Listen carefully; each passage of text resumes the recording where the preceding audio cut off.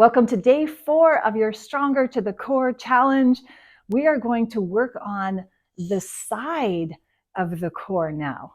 So remember on day 1, I talked about the core being 360 degrees. And in doing that and understanding that, if you've been practicing zipping up internally, you realize that our core is more than just our belly. If you've ever played the game Jenga, it's a bunch of bricks stacked up, and you have to pull one brick out, and then the opponent pulls out a brick over here, and the opponent pulls out a brick here and here. 360 degrees, you can pull out bricks. Okay, so if you pull out a brick over here, and you've pulled out a few of them, what happens to the stack? It starts to lean towards the other side or compress. So imagine if you've pulled out all of the bricks in the front part of your body, what's going to happen? You're going to compress on the back.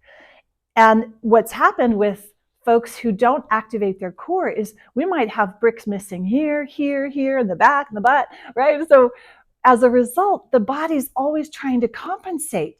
You've eliminated that if you've been practicing your drawing up, drawing in, and activating your entire beautiful core. So today, when we do our side plank, you're going to discover how effortless this can be. Okay, so we're down on our side first, and we're going to just gently come down and lay on our forearm. So as we are here, I want you to notice your shoulder needs to be pocketed, not up towards your ear. We're going to pocket it down into the back. If you find yourself collapsing, make sure you draw that back and down. We don't want too much pressure in the neck, but of course you're having to hold your head up. So if you're in alignment, that will definitely make it much easier. So now that we're on the side, we get to really focus on the transverse abdominals, these obliques. That's where we're going to work today from our plank, side plank. But first we want to activate. So let's get those pearls. We zip them up. We hug the bones with our booty muscles, our thigh muscles. All of that is part of your core. We're zipping up and we're drawing in and upward into the pelvic floor, up, up, up. Now, when you get up to about the sternum, it's a natural progression to lift up off the floor. And you can feel your lower part of the body. This is the underside, the obliques working.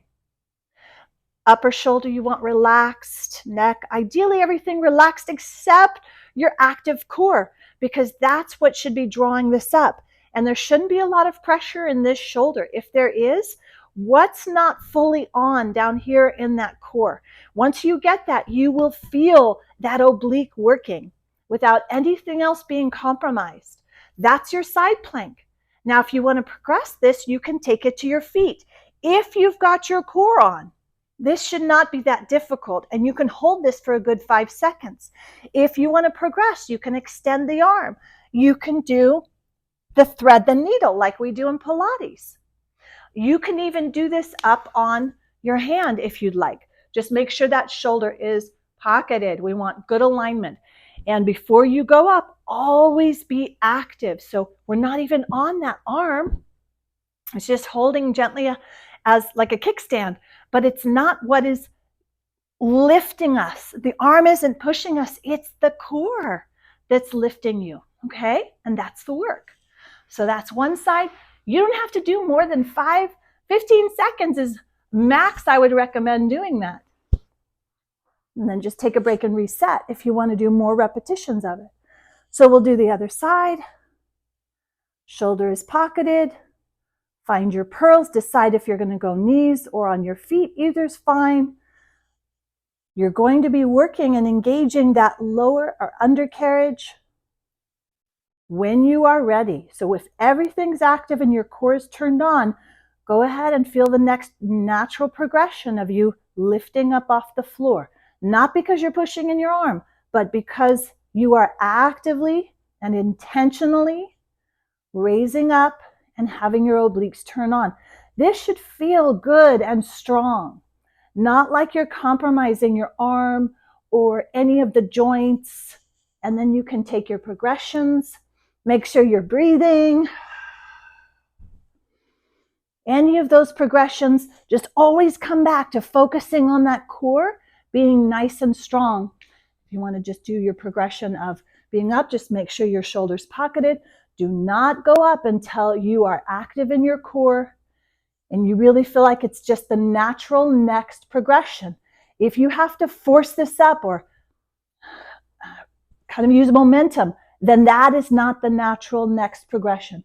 If your core's on, a natural next progression will happen, and you can do multiple movements here. But just start with that plank, very simple side plank.